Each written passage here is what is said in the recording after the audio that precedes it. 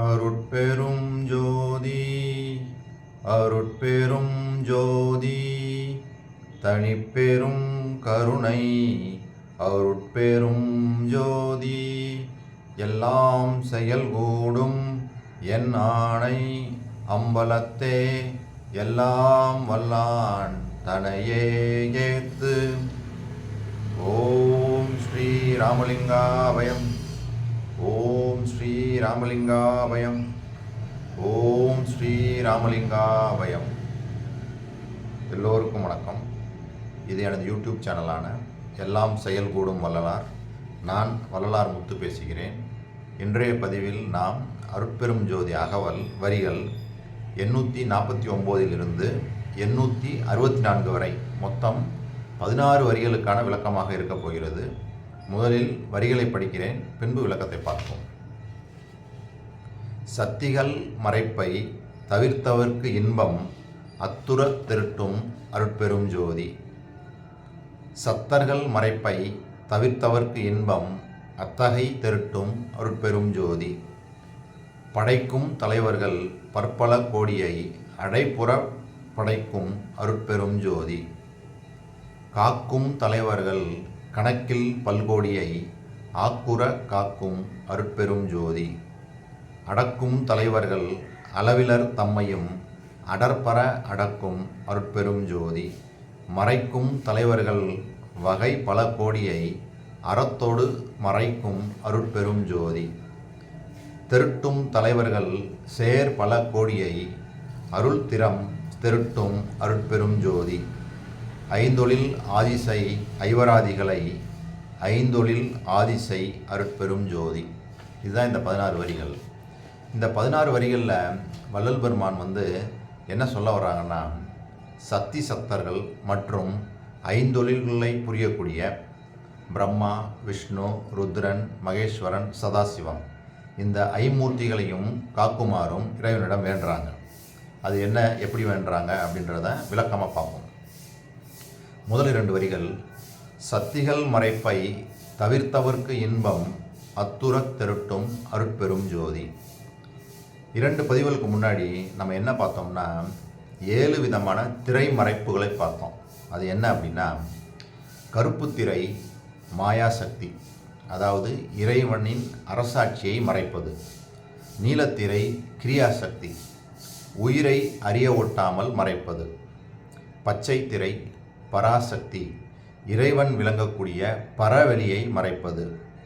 செம்மைத்திரை இச்சாசக்தி, சித்துக்கள் விளங்கும் அனுபவ வெளியை மறைப்பது.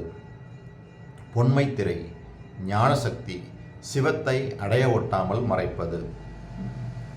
வெண்மைத்திரை ஆதிசக்தி, இறைவனின் இருப்பிடமான இறைவெளியை அறிய ஒட்டாமல் மறைப்பது. 7 கலப்புத்திரை சிற்சக்தி, ஜீவனானது உடலோடையே இயங்கும், உடல் இல்லாமல் தனித்து இயங்காது என்ற ஞானத்தை அடைய விடாமல் மறைக்கும் சக்தி, அடைய விடாமல் மறைப்பது. அதுதான் சிற்சக்தி. இந்த 7 விதமான மறைப்பை நம்ம பார்த்தோம். இவைகள் எல்லாம் இறைவனை நாம் அடைய விடாமல் மறைப்பவை அப்படின்னு தெளிவாக பார்த்தோம். இப்போ இந்த சக்திகள், இந்த 7 விதமான சக்திகளையும் தவிர்த்து மறைப்பை நீக்கியவர்களுக்கு அருட்பெரும் ஜோதி ஆண்டவரே இன்பத்தை தொடர்ந்து அருள்வீராக. இதுதான் இந்த பாடல் வரிகள் மூலமாக சொல்கிறாங்க. இதையே இன்னொரு விதமாகவும் இதுக்கு விளக்கம் எடுத்துக்கலாம்.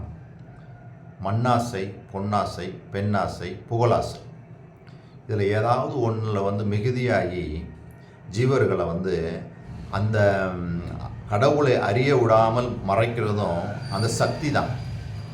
அதைத்தான் அந்த கடவுளை அறிய விடாமல் மயங்க செய்யக்கூடியதும் அந்த சக்தி அப்படின்றாங்க. அதுக்கு ஆதாரமாக ஒரு பாடலில், பொற்றம்பலம் கண்டேறும்போது நான் கண்ட புதுமை என் சொல்லடி என் சொல்வேனடி, அம்மா புதுமை என் சொல்வேனடி.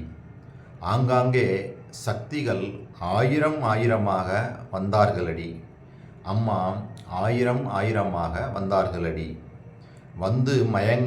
மயங்காமல் அருள் வல்லபம் பெற்றேனடி, அம்மா வல்லபம் பெற்றேனடி. அதாவது இந்த மண்ணாசை, பெண்ணாசை, புகழாசை, பேராசை, இந்த ஆசைகள்லாம் இருக்குது பார்த்தீங்களா, இந்த ஆசைகள் எல்லாம் வரவிடாமல், அதாவது அந்த மிகுதியாக அழித்து ஜீவர்களை அருள்நிலைக்கு வரவொட்டாது மயங்கச் செய்வது தான் சக்தி அப்படின்றாங்க. அப்படியும் ஒரு விளக்கம் கிடைக்கலாம். அப்படியும் ஒரு பாடலில் பாடியிருக்காங்க. அவர் அந்த அருள்நிலைக்கு போகும்போது இந்த மாதிரி ஆசைகள் எல்லாம் சக்தி, இந்த மறைப்பாக நிறையா வந்ததாகவும் அதையெல்லாம் அவர் தவிர்த்து அந்த அருள் வல்லபத்தை பெற்றுக்கொண்டதாகவும் அந்த பாடலை பதிவு பண்ணுறாங்க. சரி, அடுத்த 2 வரிகள். சத்தர்கள் மறைப்பை தவிர்த்தவர்க்கு இன்பம் அத்தகை திருட்டும் அருட்பெரும் ஜோதி. சத்திகள் செயல் என்றால் சத்தர்கள் காரணம். சத்திகளினால் மயங்கும்படி செய்ய எது காரணமோ அந்த சத்தர்கள் தரும் மறைப்பையும் தவிர்த்தவர்களுக்கு இன்பம் ஒன்று சேர கிடைக்குமாறு அருட்பெரும் ஜோதி ஆண்டவரை அருள்வீராக. இதுதான் அந்த 2 வரிகளில் சொல்கிறாங்க. அடுத்த வரிகள். படைக்கும் தலைவர்கள் பற்பல கோடியை அடைப்புற படைக்கும் அருட்பெரும் ஜோதி. அதாவது இனி வரக்கூடிய இந்த வரிகள் எல்லாம் என்ன சொல்ல போகிறாங்கன்னா, படைத்தல், காத்தல், அழித்தல், மறைத்தல், அருளல், இதை செய்யக்கூடிய அந்த மும்மூர்த்திகள் பிரம்மா, விஷ்ணு, ருத்ரன், மகேஸ்வரன், சதாசிவன், இவங்களையெல்லாம் பல கோடி இருக்காங்க. இவங்களையெல்லாம் காத்து அருள் செய்யணும் அப்படின்னு சொல்லி இறைவன்கிட்ட வேண்டுறாங்க. வள்ளல் பெருமான் இந்த படைத்தல், காத்தல், அழித்தலை என்ன சொல்லுவாங்கன்னா துரிசு நீக்குவித்தல் அப்படின்வாங்க. இந்த மறைத்தலை என்ன சொல்லுவாங்கன்னா பக்குவம் வருவித்தல் அப்படின்னு சொல்லி சொல்லுவாங்க. இந்த அருளலை அவர் என்ன சொல்லுவாங்கன்னா விளக்கம் செய்வித்தல் அப்படின்னு சொல்லி சொல்கிறாங்க. சரி, இப்போ உரைநடையில் இந்த நான் சொன்ன இந்த ஐமூர்த்திகளுக்கும் எத்தனை சொர்ண தேகம், அதாவது எத்தனை மாற்று தங்கமுடைய அந்த தேகத்தை பெற்றிருந்தார்கள் என்றும் அவர்களுடைய ஆயுசு எவ்வளோன்னு அங்கே தெளிவாக சொல்கிறாங்க. அதாவது பிரம்மாவுக்கு ஆயுசு எவ்வளவு, விஷ்ணுக்கு ஆயுசு எவ்வளவு, ருத்ரனுக்கு ஆயுசு எவ்வளவு, மகேஸ்வரனுக்கு ஆயுசு எவ்வளவு, சதாசிவனுக்கு ஆயுசு எவ்வளவு, ஒவ்வொருத்தரும் எத்தனை மாற்று தங்கத்தை உடைய தேகத்தை வைத்திருந்தார்கள் அப்படின்னு அங்கே தெளிவாக சொல்கிறாங்க. அதை என்னன்னு படிச்சுட்டு இந்த விளக்கங்களை நம்ம பார்க்கலாம். சரி, முதல்ல உரைநடையில் என்ன சொல்கிறாங்கன்னா, உபதேச குறிப்புகளில் 133 அணுபக்ஷ சம்புபக்ஷ அனுபவ விவரம் அப்படின்ற தலைப்பில் என்ன சொல்கிறாங்க அப்படின்னா, முதல்ல அணுபக்ஷம்னா என்ன, சம்புபக்ஷம்னா என்ன அப்படின்னு சொல்லி பார்த்துருவோம்.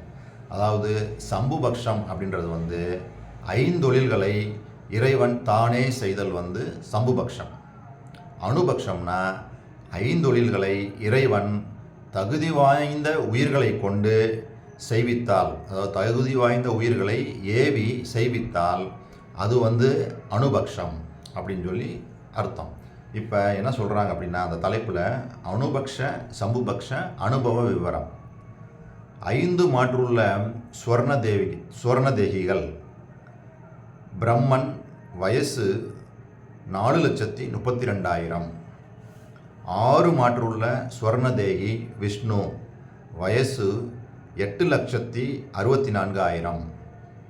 7 மாற்றுள்ள சுவர்ணதேகி ருத்திரன் வயசு 12,96,000.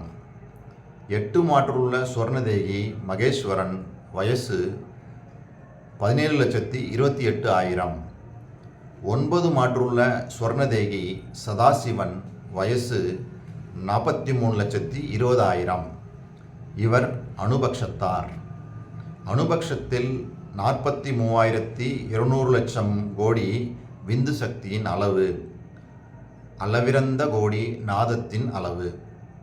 அணுபக்ஷத்தில் பரவிந்து சுத்த மாயையை கடந்தது, பரநாதம் சுத்த மகாமாயையை கடந்தது.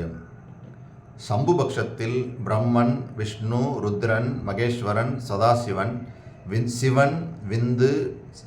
சதாசிவன், விந்து, நாதம், பரவிந்து, பரநாதம் என்பவற்றில் பிரம்மன், விஷ்ணு சுத்த மகாமாயையை கடந்த ஞான அனுபவ பேதம்.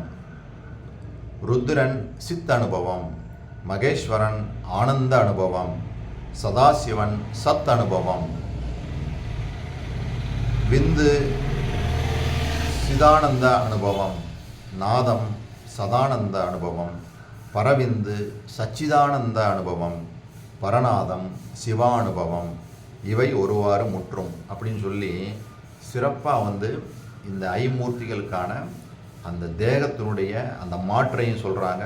அவங்க எத்தனை வயது காலம் அவங்களுடைய வயசையும் நிர்ணயம் பண்ணி சொல்லியிருக்கிறாங்க. இப்போ இந்த விளக்கத்தோட இந்த வரிகளுக்கான விளக்கத்தை பார்ப்போம். படைக்கும் தலைவர்கள் பற்பல கோடியை அடைப்புற படைக்கும் அருட்பெரும் ஜோதி. மனிதர்களில் தவம் செய்து முதல் நிலை அனுபவத்தை பெற்றவர் பிரம்மா. அவர்களுடைய ஆயுள் காலம் 4,32,000 ஆண்டுகள். இவர்கள் சிருஷ்டி தொழிலை செய்யும் ஆற்றல் பெற்றவர்கள். இவ்வாறு உள்ளவர்கள் எண்ணிக்கையில் பல்கோடி. சிருஷ்டி தொழிலை நடத்துகின்ற பல கோடி பிரம்மாக்களை ஒன்று சேர சிருஷ்டிக்கும் அருட்பெரும் ஜோதி. இதுதான் இந்த 2 வரிகளுக்கான விளக்கம். அடுத்த 2 வரிகள்.